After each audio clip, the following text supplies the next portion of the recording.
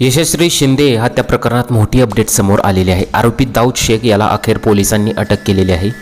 कर्नाटकातील गुलबर्गा येथून नवी मुंबईच्या क्राईम ब्रँचने आरोपीच्या मुसक्या आवळल्या। त्याचबरोबर एक सीसीटीव्ही फुटेजसुद्धा आता समोर आलेला आहे, ज्यामध्ये दाऊद हा यशस्वी शिंदेचा पाठलाग करताना दिसत आहे। संपूर्ण घटना आपण पाहूयात त्यापूर्वी चॅनलवरती नवीन असाल तर MM मराठी न्यूजला जरूर सबस्क्राईब करा।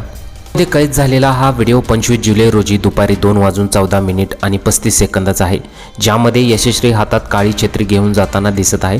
तर दुसरा व्हिडिओ हा आरोपी दाऊद शेखचा आहे। हा व्हिडिओ दुपारी 2:22 आहे। 10 मिनिटांनंतर त्याने यशस्वीचा पाठलाग सुरू केल्याचे सीसीटीव्हीमध्ये आपल्याला दिसत आहे। दरम्यान दाऊद शेख याला आज कर्नाटकमधून ताब्यात घेण्यात आला आहे। कर्नाटकच्या शहापूर जिल्ह्यातल्या गुलबर्गा येथून दाऊद शेखला ताब्यात घेण्यात आलं होतं। त्याची माहिती पोलिसांना अगोदरच मिळाली होती, परंतु तो आता पोलिसांच्या ताब्यात आहे। त्याला आता कर्नाटकमधून नवी मुंबईत आणलं जात आहे। दाऊद शेखच्या चौकशीमध्ये अनेक धक्कादायक खुलासे होण्याची शक्यता आहे।